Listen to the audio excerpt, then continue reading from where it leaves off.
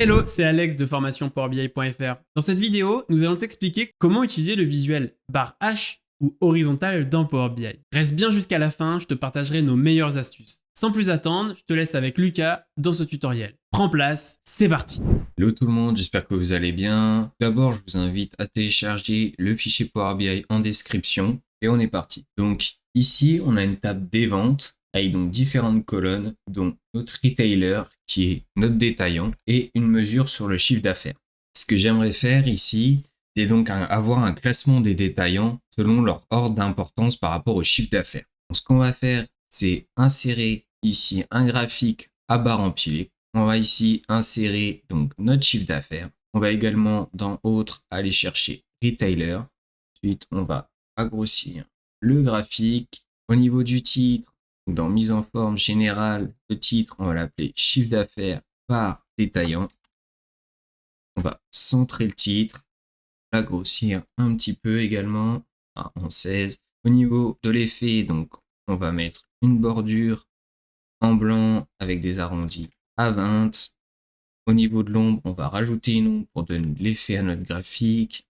Au niveau de l'objet visuel, donc on connaît déjà par le titre le chiffre d'affaires et le détaillant, donc on va pouvoir supprimer dans l'axe des X le titre et dans l'axe des Y également.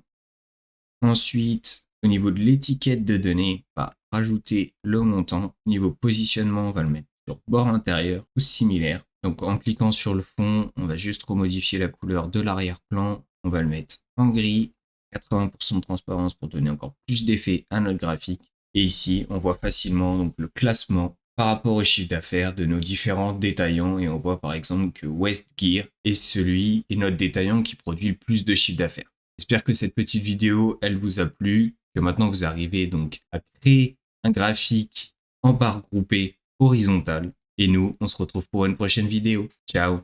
Voilà, j'espère que cette vidéo t'a plu. N'hésite pas à liker et à commenter cette vidéo et bien évidemment à t'abonner à la chaîne, ça nous fait toujours plaisir d'avoir de plus en plus de monde. Si tu veux booster tes compétences sur Power BI, tu peux t'inscrire à notre newsletter pour recevoir les dernières actualités, les astuces de Power BI. Mais tu peux aussi évidemment télécharger les ressources en description de cette vidéo pour pratiquer en même temps que Lucas si ce n'est pas déjà fait. Et enfin, tu peux évidemment découvrir notre catalogue de formation complet. On a des parcours de formation e-learning avec plus de 200 vidéos à consommer et plus de 14 heures de vidéos exclusives. Je te dis à bientôt sur la chaîne formationpowerbi.fr.